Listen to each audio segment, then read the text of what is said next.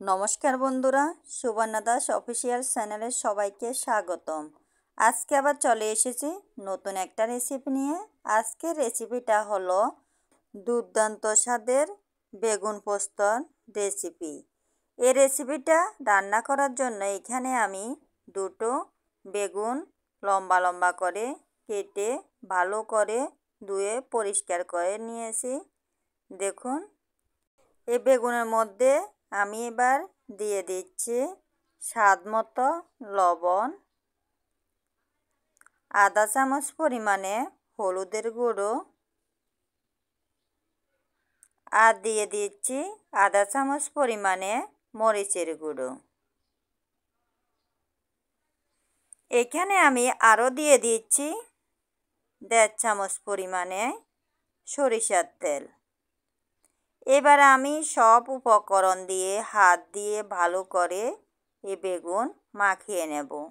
যতক্ষণ না বেগুনের গায়ে সব উপকরণ লেগে যাচ্ছে ততক্ষণ পর্যন্ত আমি এই বেগুন ভালো করে এই উপকরণ মশলার সাথে মিশিয়ে নেব। দেখুন তো বন্ধুরা, আমি ভালো করে মিশিয়ে নিয়েছি। আপনারাও এভাবে এই রেসিপিটা বানিয়ে দেখবেন, খুবই ভালো লাগবে।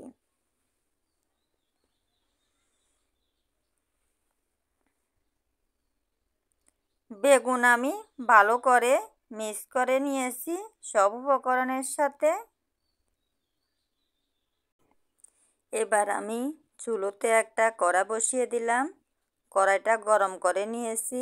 এবার এরপর এর মধ্যে দিয়ে দিলাম 1.5 চামচ পরিমাণে সাদা তেল। তেল দিয়ে ভালো করে কড়াইয়ের সাথে লাগিয়ে নিচ্ছি। দেখুন, তেল আমার ভালো করে গরম হয়ে গেল। এবার আমি এর মধ্যে মশলা মাখিয়ে রাখা বেগুন দিয়ে দিলাম। এই বেগুন আমি প্রথমে ভেজে নেব। এবার আমি তেলের সাথে ভালো করে নাড়িয়ে চাড়িয়ে একদম লাল লাল করে এই বেগুন ভেজে নেব। এভাবে বেগুন কিছুক্ষণ পর পর নাড়িয়ে দিতে হবে, তাহলে পুড়ে যাবে না। এখানে আমি সব বেগুন দিইনি, অর্ধেকটা দিয়েছি, বাকি অর্ধেক পরে ভাজবো। এই রেসিপি রান্না করার আগে বেগুন অবশ্যই এভাবে লাল লাল করে ভেজে নিতে হবে। আমার এই রেসিপিটা যদি আপনাদের ভালো লাগে তাহলে লাইক কমেন্ট শেয়ার করে দেবেন। আর নতুন কোনো বন্ধু যদি আমার এই রেসিপিটা দেখে থাকেন অবশ্যই আমার চ্যানেলটাকে সাবস্ক্রাইব করে দেবেন। দেখুন, বেগুন আমি লাল লাল করে ভেজে নিয়েছি। এবার আমি একটা পাত্রের মধ্যে তুলে নিচ্ছি। একইভাবে আমি সব বেগুন ভেজে নিয়েছি। এবার কড়াইর মধ্যে আমি আরও 1.5 চামচের মতো তেল দিয়ে দিলাম। এখানে দিয়ে দিলাম আধা চামচ পরিমাণে জিরা, আর দিয়ে দিলাম একটা তেজপাতা আর একটা দারচিনি ভেঙে, আর দিয়ে দিলাম 2-3টা এলাচি। এই উপকরণগুলো আমি 1 মিনিটের মতো ভেজে নিয়েছি। দেখুন, লাল করে ভেজেছি। এবার এইখানে দিয়ে দিচ্ছি আমি 2টো পেঁয়াজ কুচি। এই পেঁয়াজ কুচি আমি কিছুক্ষণ ভেজে নেব। এভাবে কিছুক্ষণ নাড়িয়ে চাড়িয়ে পেঁয়াজ কুচি ভেজে নিয়েছি। দেখুন, হালকা পেঁয়াজের রং পরিবর্তন হয়েছে।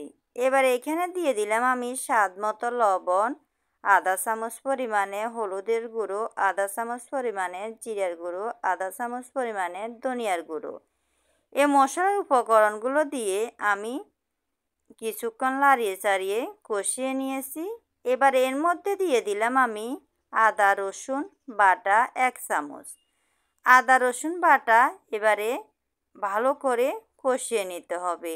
যতক্ষণ না আদা রসুনের কাঁচা গন্ধ থাকবে ততক্ষণ কষিয়ে নিতে হবে।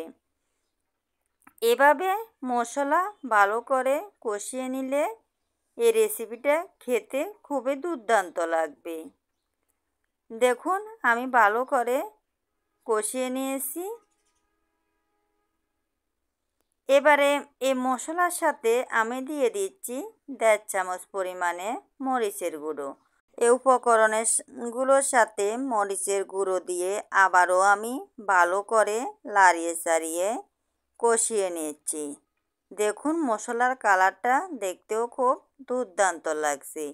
এভাবে লাড়িয়ে চাড়িয়ে কষিয়ে নেওয়ার পর আমি এখানে দিয়ে দিচ্ছি, দেখুন এখানে 1 চামচ পরিমাণে সাদা সর্ষ, 2 চামচ পরিমাণে পোস্ত আর 2টো কাঁচামরিচ একসাথে শিলবাটা বেটে আমি মিক্স করে নিয়েছি। এবার এগুলো আমি এই মশলার সাথে দিয়ে দিলাম। এবার ভালো করে লাড়িয়ে চাড়িয়ে 2-3 মিনিট কষিয়ে নেব।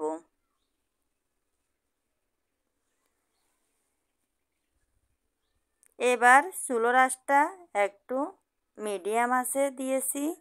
এভাবে ভালো করে এই মশলার সাথে পোস্তর মশলা কষিয়ে নিতে হবে যতক্ষণ না উপরে তেল ভেসে ওঠে। দেখুন তো বন্ধুরা, এভাবে আমি ভালো করে লাড়িয়ে চাড়িয়ে এই মশলা উপকরণগুলো কষিয়ে নিয়েছি। এবার এখানে আমি দিয়ে দেব ভেজে রাখা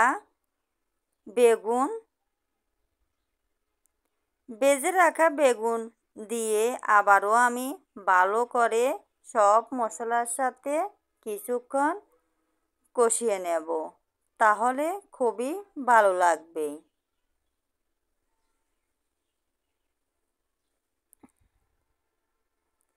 এভাবে কিছুক্ষণ ভালো করে লাড়িয়ে চাড়িয়ে কষিয়ে নিতে হবে, তাহলে বেগুনের মধ্যে সব মশলার উপকরণগুলো ভালো করে লেগে যাবে।